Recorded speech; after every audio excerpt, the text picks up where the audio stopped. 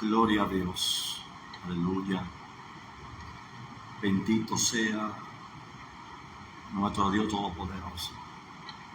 En esta hermosa mañana de hoy viernes, nos sentimos privilegiados por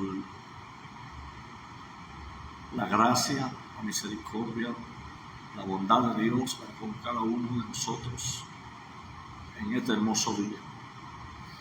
Les saludamos desde República Dominicana a todos mis hermanos. Que le habla es su hermano Pastor Félix Pérez desde la República Dominicana. Paso por aquí para compartir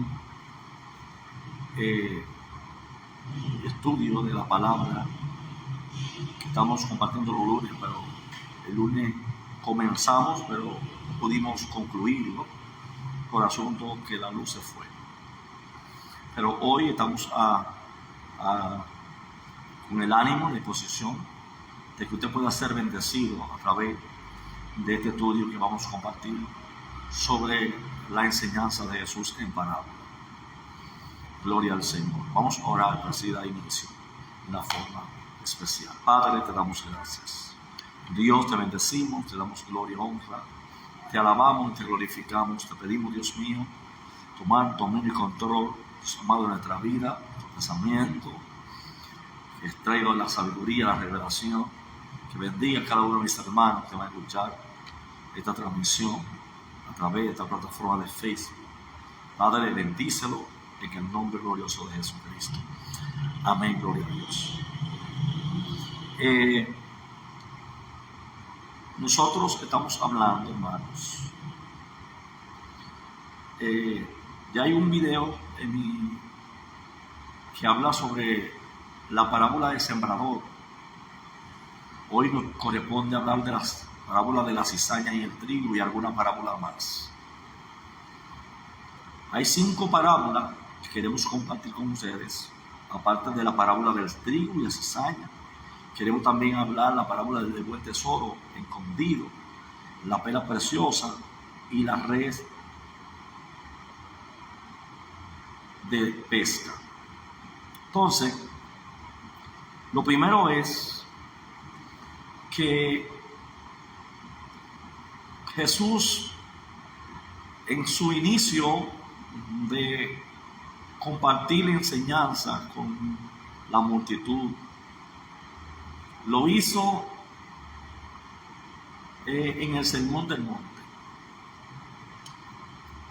Desde el capítulo 5 del libro de Mateo hasta el capítulo 7 es el Sermón del Monte, uno de los sermones más largos que Jesús habló durante su ministerio terrenal.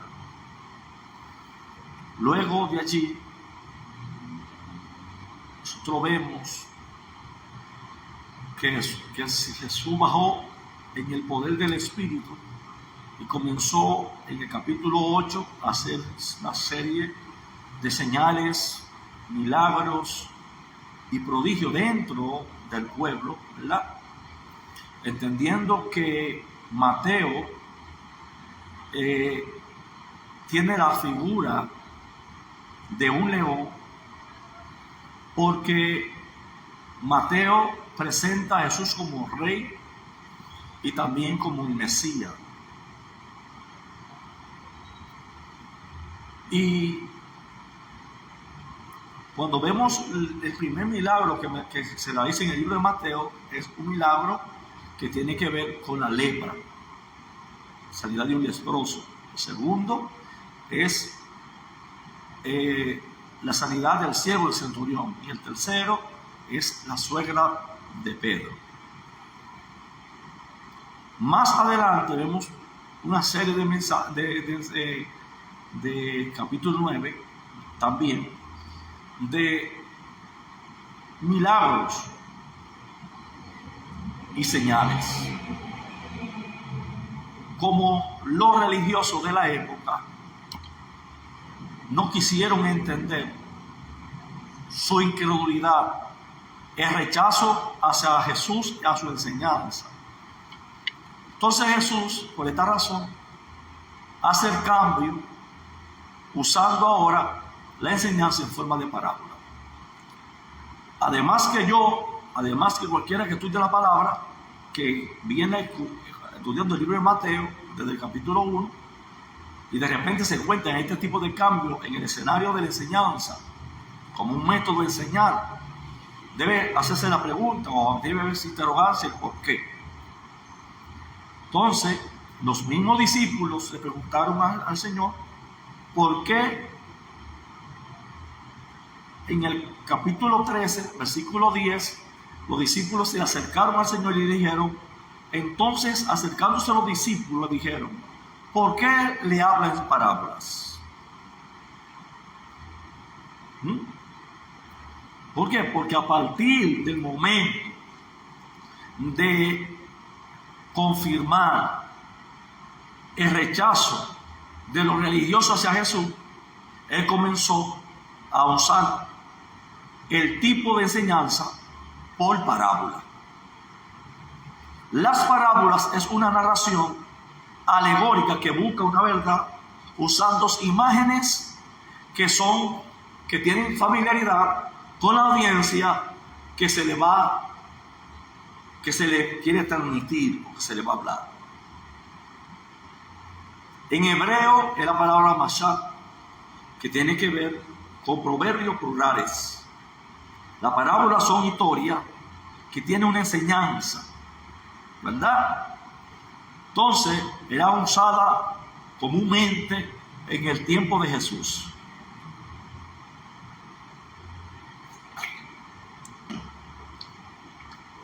Entonces,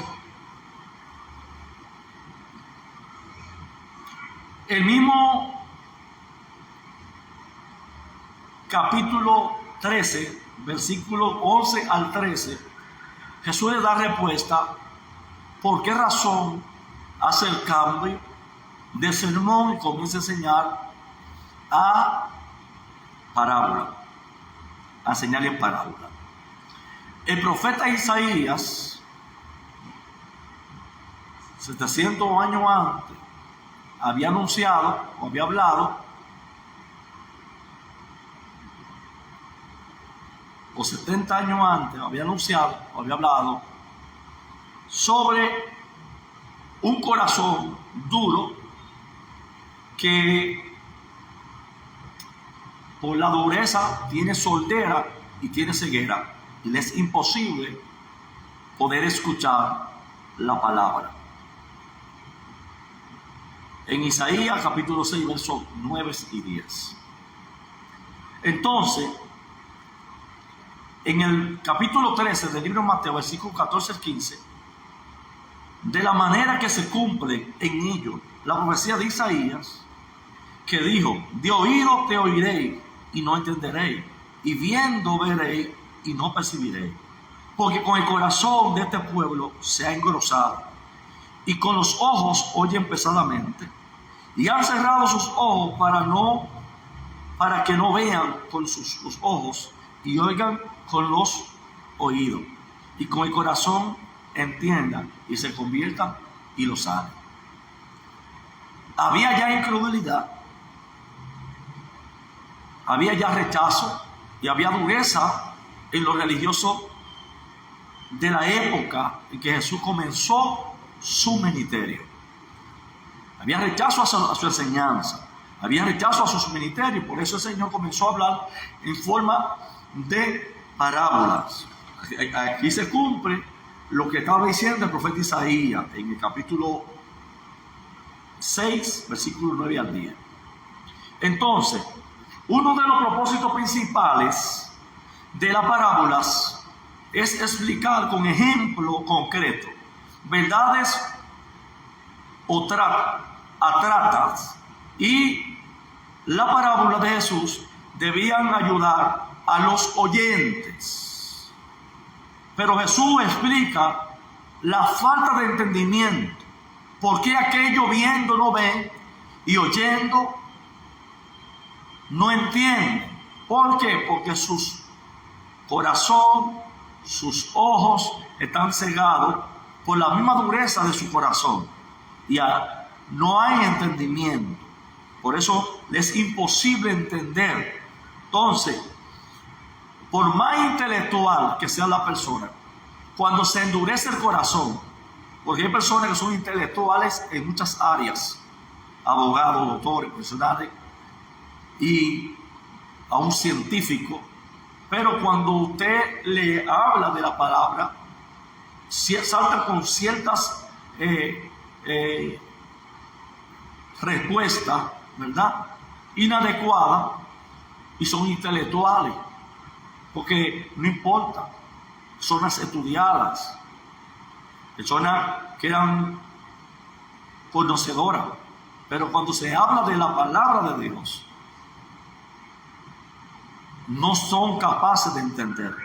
Y se cumple también lo que dice Ezequiel capítulo 2 versos 3 al 7, que el profeta lo llamó corazón engrosado, es decir, lleno de carnalidad.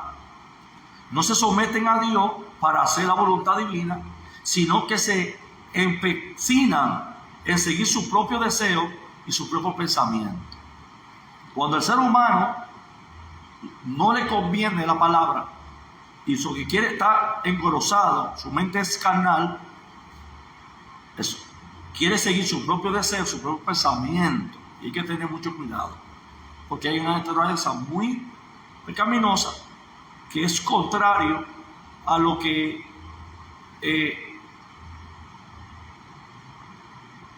puede ser beneficioso para la vida espiritual y para el crecimiento.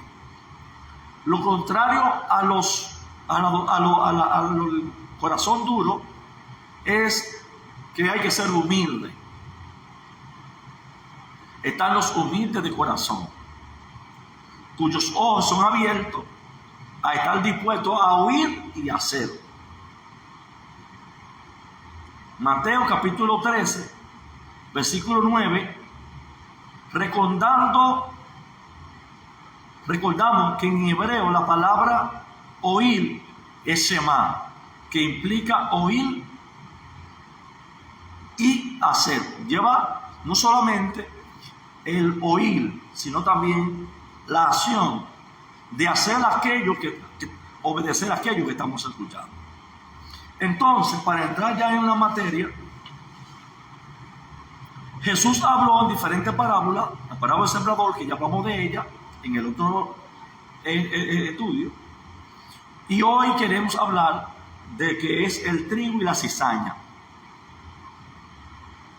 Jesús contó otras parábolas en ese día, usando la imagen de la semilla, pero dándole otro giro.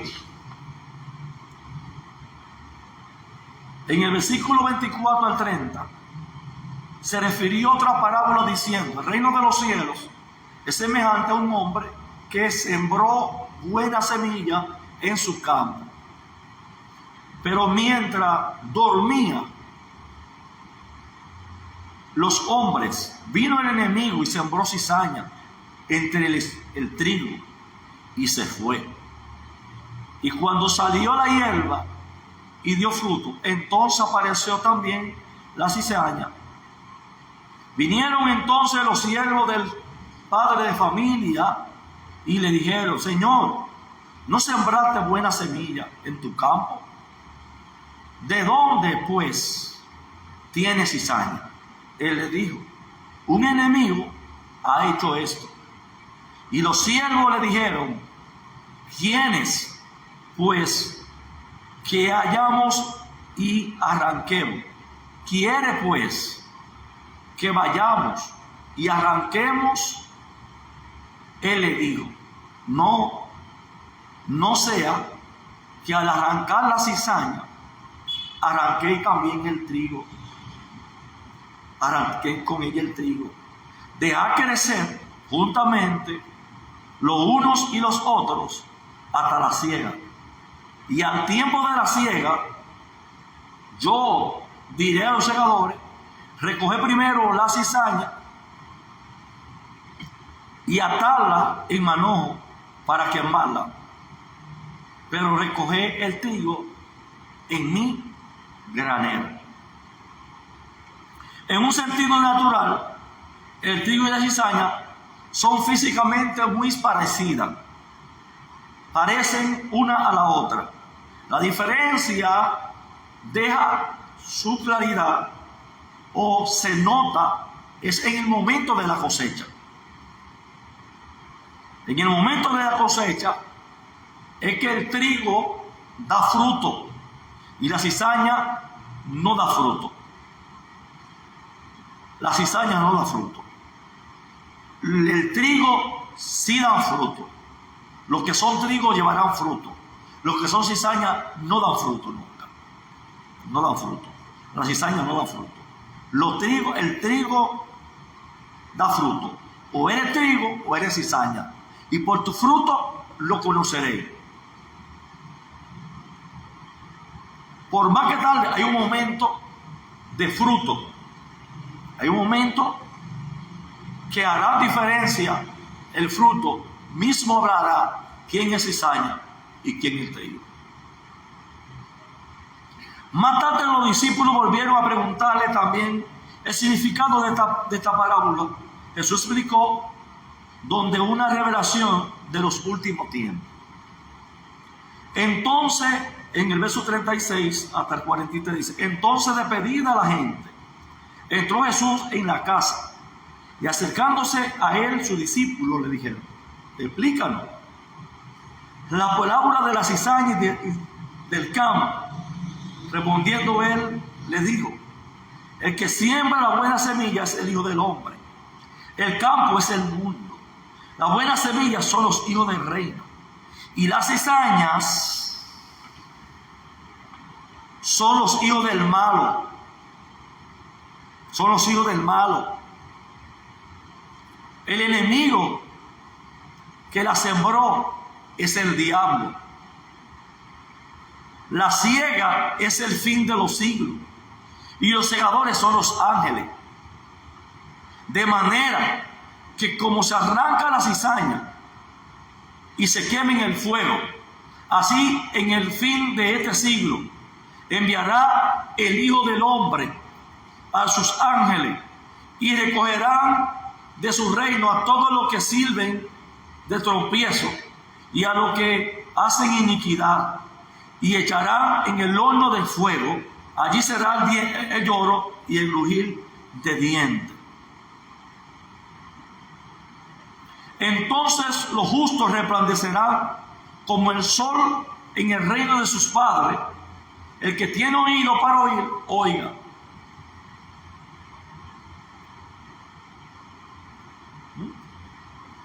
Allí será un lloro y un crujir de dientes. ¿Por qué? Porque hay oportunidades. Y la misma conciencia nos va a presentar, nos va a recordar que tuvimos oportunidades de cambiar. Y no cambiamos. Porque no podemos cambiar hasta que nuestra naturaleza no es transformada por medio del Espíritu de Dios y por medio de la palabra. Si ese hombre viejo no es transformado en el nuevo hombre, por el nuevo nacimiento que es de arriba, por la regeneración, por la metamorfosis a través de la palabra y a través del Espíritu de Dios,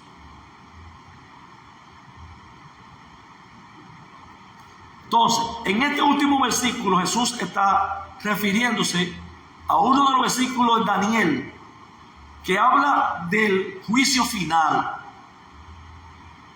En Daniel capítulo 12, versos 2 y 3 dice: y muchos de los que duermen en el polvo de la tierra despertarán, unos para vida eterna y otros para ignominia, para el desprecio eterno. Lo uno para la vida eterna. Los entendidos brillarán como el resplandor del firmamento. Y los que quieren a muchos y lo que guiaron a muchos, a mucha justicia, como las estrellas, para siempre brillarán. Los que aman y los que guían a otro hacia la justicia, no el que guía a otro hacia el rencor, hacia la crítica, hacia la murmura, hacia la división, hacia la contienda. La palabra ahí es clara. Así como el trigo y la cizaña, lo que diferencia a los hijos de Dios es que son ellos que dan fruto de vida, mientras que los otros no dan fruto. Como dijo Jesús en el Sermón del Monte, por su fruto lo conoceréis, en Mateo capítulo 7, verso 20. Por su fruto lo conoceréis. Mateo capítulo 7, verso 20. Entonces, otras 5 parábolas más, aparte de estas 2, Jesús continúa hablándola. Vemos al Señor en diferentes tiempos usar parábolas, aún el mismo Dios, como una forma de ilustrar una verdad, de una enseñanza. Vemos la parábola de Jeremías, de Ezequiel. Se representó una mata, un árbol plantado de aquel lado del Jordán, y sus ramas se extendían hacia el otro lado, y venían muchas aves, y comían del árbol que fue plantado de aquel lado del Jordán.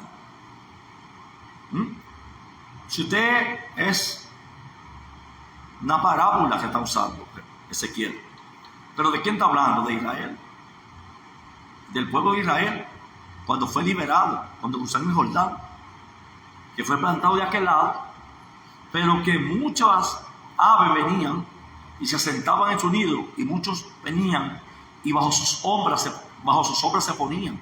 ¿De qué estaba hablando? De que a través de Israel se iba a cumplir la profecía de Abraham en Génesis capítulo 12. Iba a venir no solamente Israel, no solamente los judíos, sino que iba a venir muchas naciones a ese árbol. Parábola. La parábola de Ezequiel, de Jeremías, que enseña cuando fue enviado a la casa del alfarero, usando la imagen del alfarero, de una forma de parábola para ilustrar una verdad que se quería transmitir sobre la casa de Israel, que fue partida, que en la mano del que estaba mordiendo, trabajando el artesano, se echó a perder, pero que él puede, como dueño, volver a formar la vasija otra vez. ¿De qué estaba hablando? De Israel, de las 2 casas de Israel. Entonces, en forma de parábola. Ahora Jesús, encontramos eso enseñando parábolas también. En la última parte del capítulo 13, Jesús siguió hablando con parábola. Mateo señala que esto es el cumplimiento de una palabra profética del Salmo 78, versículo 1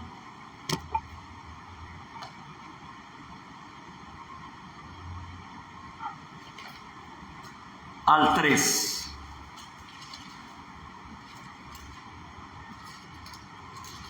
78 dice: escuchad, pueblo mío, a mi ley, inclinad vuestros oídos a la palabra de mi boca. Abriré mi boca en parábola, hablaré cosas escondidas desde tiempos antiguos, las cuales hemos oído y entendido que vuestros padres nos las contaron. Entonces, aquí fue escrito por Asaf, ese salmo, un profeta. Mateo capítulo 13, verso 35. De hecho, todo lo que escribieron los santos deben pertenecer a una categoría. Este versículo del Antiguo Testamento presenta un mandato a obedecer la ley de Moisés. La declaración, escucha mi ley, se encuentra unas 32 veces en el Antiguo Testamento, pero una vez en el Nuevo. La razón es sencilla: Jesús cumplió toda la ley y la fe en él, y lo que él hizo en la cruz hace que los creyentes morir a la ley. Romanos 7, capítulo 4. Entonces, esto fue citado por Mateo con respecto a Cristo. Ya hablamos en el capítulo donde, en el capítulo 13, verso 35. Todo esto habló Jesús en parábola a la gente, y sin parábola no le hablaba, para que se cumpliese los dichos por el profeta. Una cosa, quiero hacer un paréntesis. Ustedes saben que cuando se cuenta en la Biblia, en el Nuevo Testamento, aquello que fue dicho por el profeta, ¿verdad?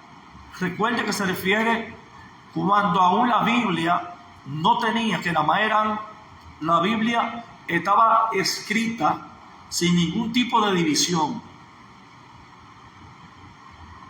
¿verdad? Por ejemplo, el libro de Isaías no tenía división de capítulos ni de versículos. Cuando se refiere es que para que se cumpliera lo que fue dicho por el profeta Isaías, lo que fue dicho por el profeta Isaías, no cita el texto, ¿verdad? Ahora ya que tenemos, gracias a Dios, gracias a que Steve Langton y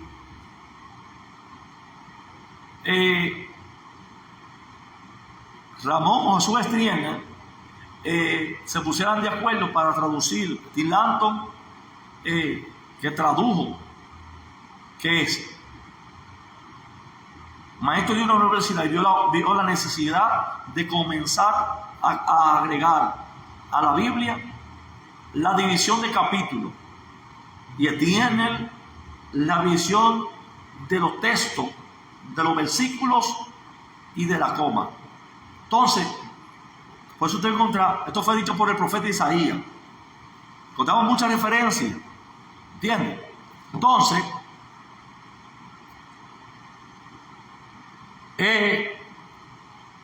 cuando dijo, abriré la boca, abriré en parábola mi boca, declararé cosas escondidas desde la fundación del mundo. La parábola del tesoro escondido. Además, el reino de los cielos es semejante a un tesoro escondido en el campo, el cual un hombre halló y lo esconde de nuevo, y gozoso por ello va y vende todo lo que tiene y compra aquel campo. Jesús nos enseña un principio de vida. La persona invierte en aquello que consideran más valioso.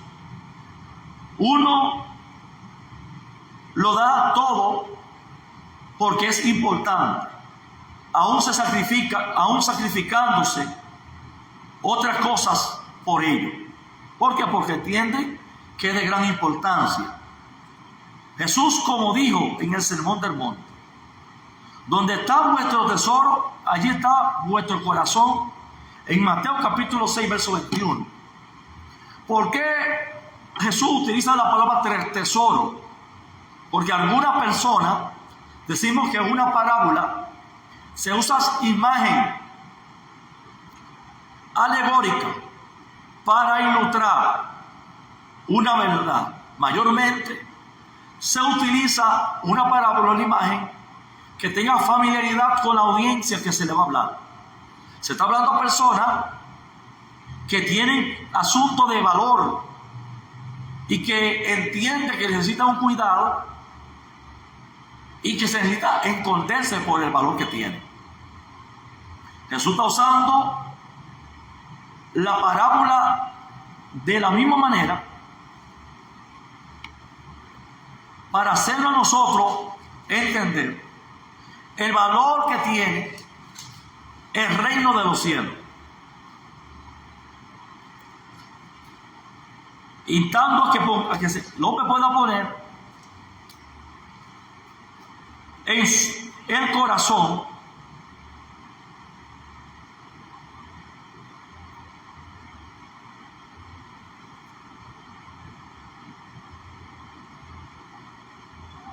entonces, ¿cuál fue ese tesoro? El nuevo pacto escondido en el campo, que es el mundo. El tesoro que vino a poner es el nuevo pacto, la buena nueva de salvación, el evangelio, en el campo que es el mundo, el cual hallado el tesoro que es Cristo. El hombre lo encubre y de gozo de ello va y vende todo lo que tiene y compra el campo. La moraleja es que Cristo vale más.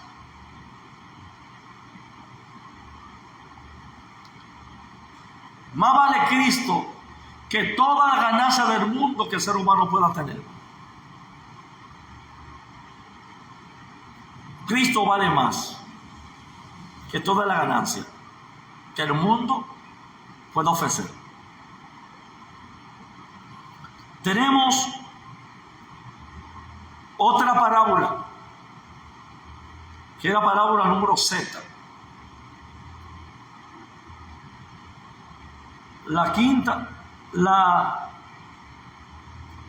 tenemos diferentes parábolas. El grano de mostaza es la tercera. ¿Ve? Tengo la parábola del sembrador.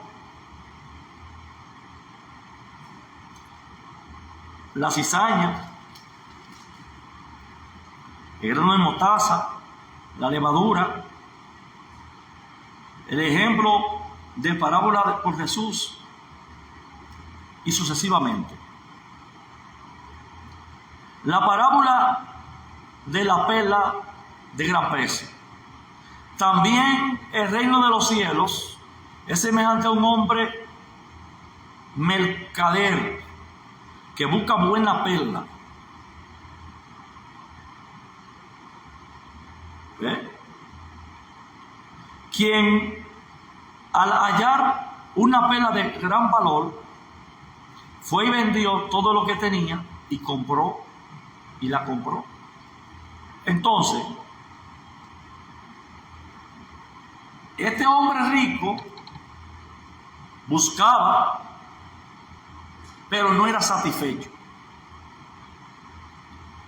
Y con razón. La perla es la única sustancia en el hombre que no puede perfeccionar. Esta perla representa, es decir, la perla es la única sustancia que puede perfeccionar al hombre. Dijimos que en la parábola, un hombre que el reino de Dios es semejante a un hombre mercader que busca buena perla, pero no se sacia. Porque Cristo es la única perla que puede satisfacer las necesidades humanas en el ser humano. El rico, por más rico que sea, quiere más. Por más que tenga, quiere tener más. Jesús nos enseña que Él satisface todas las necesidades del ser humano y que esa perla preciosa es Cristo. La parábola de la red. Séptima parábola. Asimismo, el reino de los cielos es semejante a la red que echada en el mar recoge toda clase de peces, la cual está llena. La sacaron a la orilla y sentándose recogieron lo bueno en un vaso y lo malo lo echaron fuera. Así será el fin de los siglos. Presta atención. Saldrán los ángeles y apartarán a los malos entre los justos y lo echarán en el horno de fuego. Allí será el lloro y el crujir de dientes. Vamos a ver. Debe haber un clarito de esto. Así.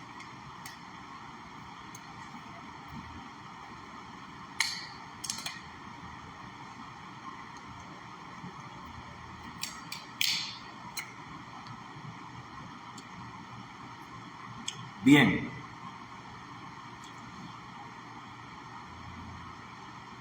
Entonces,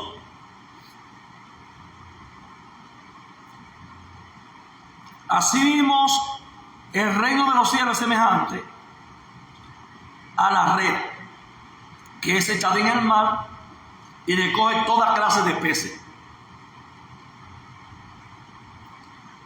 Todo tipo de creyentes llegan a la iglesia. Todo tipo de creyentes llegan a la iglesia, la cual está llena, la Z. ¿Ya ves? Está la iglesia llena. Cuando hablo de iglesia, no solamente estoy hablando del lugar físico, también estoy hablando de la iglesia general, que compone el cuerpo de Cristo. Personas que vienen a Cristo, que vienen a la iglesia, a la comunión.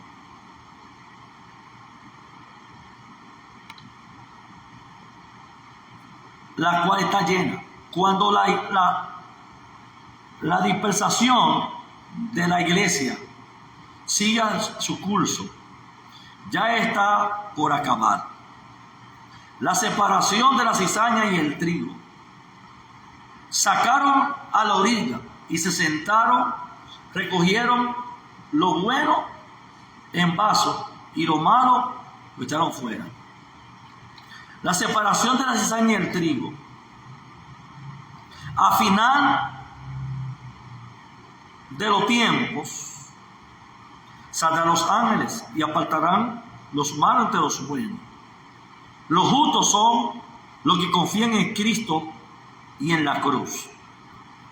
Y lo echarán los malvados en el horno de fuego, que es el juicio del gran trono blanco.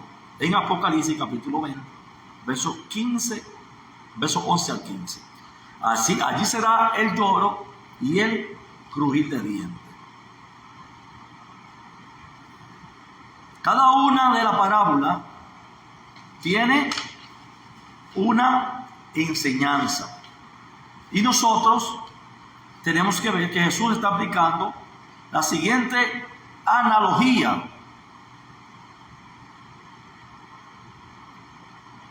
Así será el fin de los siglos. Los ángeles apartarán los unos de los otros entre los justos y lo echarán en el horno de fuego. Allí será el lloro y crujir de dientes.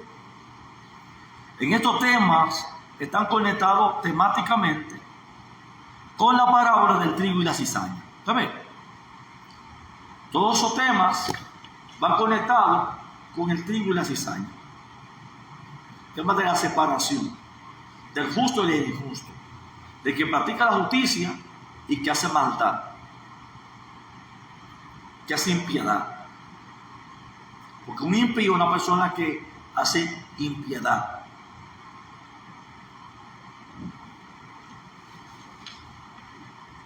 Entonces, otra parábola contó ese día, tiene que ver con el arbusto de parábola, de la mostaza. Eso, presta atención aquí.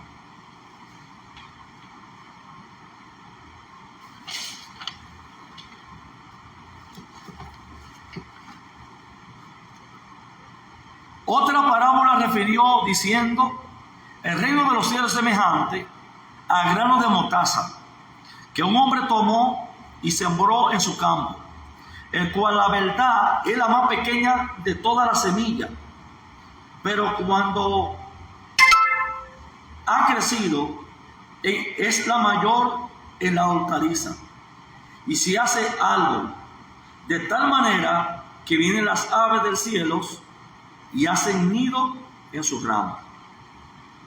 La semilla de la mostaza es muy pequeña, pero cuando se siembra y germina, puede llegar a crecer como un arbusto.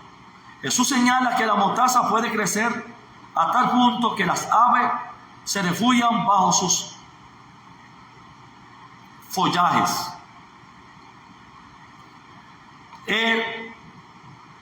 Cuando hablamos de la mostaza y hablamos de fe, no estamos hablando en materia de que es grande o pequeña la fe,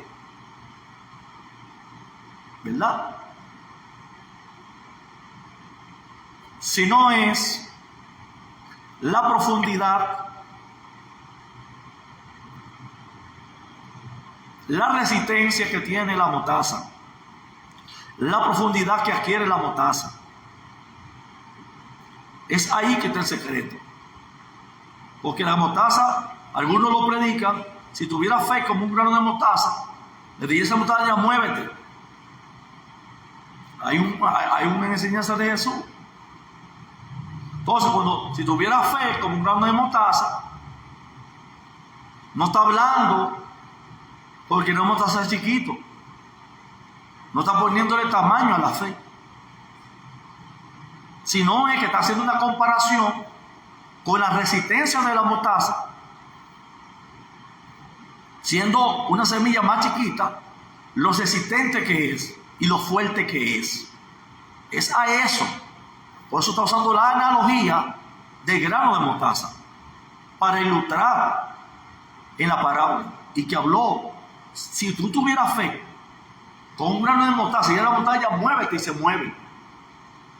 No está poniendo la fe chiquita o grande, sino es cómo es la mostaza, la resistencia que ella tiene. Es a eso que Jesús se refiere.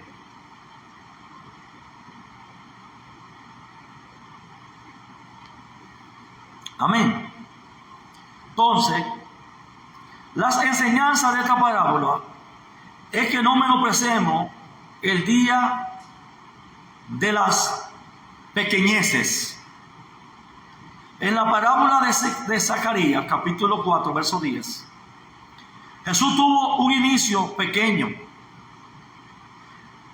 según la expectativa que tenía del Mesías, pero ahora su ministerio ha crecido y ha alcanzado a todo el mundo.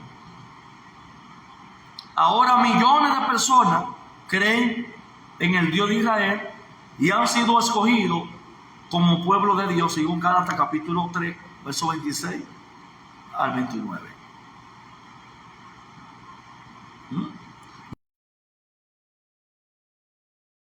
No menosprecéis los pequeños comienzos.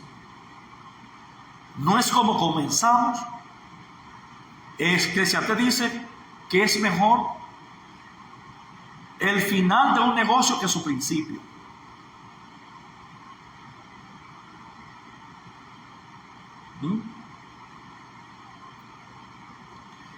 También dice que es mejor la casa del luto que la casa del banquete. Eso tiene que interpretar. Tenemos la parábola de la levadura. Una última parábola tiene que ver con la levadura. Otra parábola le dijo: el reino de los cielos es semejante a la levadura que tomó una mujer y escondió en 3 medidas de harina hasta que todo fue leudado. Sobre la última parábola Jesús nos dio una gran explicación, porque era más fácil de comprender, ya que el Señor usaba imágenes que eran comunes al pueblo judío en ese tiempo, aunque tal vez nos dificulte hoy aquello que no vivimos en Israel en ese tiempo. Para asegurarse que había entendido, Jesús le preguntó, Jesús le dijo: ¿habéis entendido todas estas cosas? Ellos respondieron: sí, Señor. Él le dijo: por eso todo escriba, doto en el reino de los cielos, es semejante a un padre de familia que saca de su tesoro cosas buenas, cosas nuevas y cosas viejas. La sabiduría en el reino de Dios no depende de la capacidad intelectual o de los estudios teológicos que podamos alcanzar, sino de un espíritu abierto y dispuesto a recibir la revelación de Dios y también dispuesto a ponerla por práctica. Muchas veces no entendemos la razón por qué Dios manda algo, pero después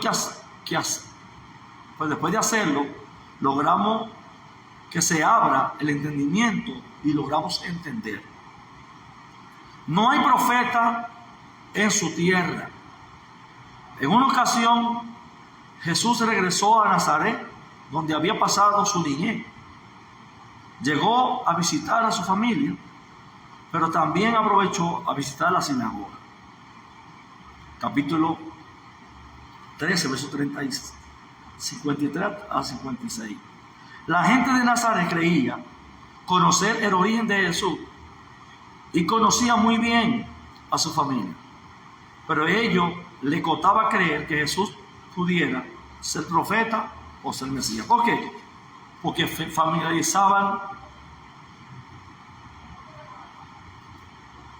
la vida de Jesús con ellos. Esto no era un defecto solo de los nazarenos, sino que es una falta humana. Por eso Jesús dijo lo siguiente: y se escandalizaban de él, pero Jesús le dijo: no hay profeta sin honra en su propia tierra y en su casa. Tristemente, el prejuicio no le permitió reconocer al Mesías, y la falta de fe cerró la puerta a los milagros entre ellos, y no hizo muchos milagros allí a causa de su incredulidad. Muchas veces tenemos que tener cuidado con los prejuicios, porque los prejuicios pueden evitar que recibamos la bendición que Dios tiene para nosotros.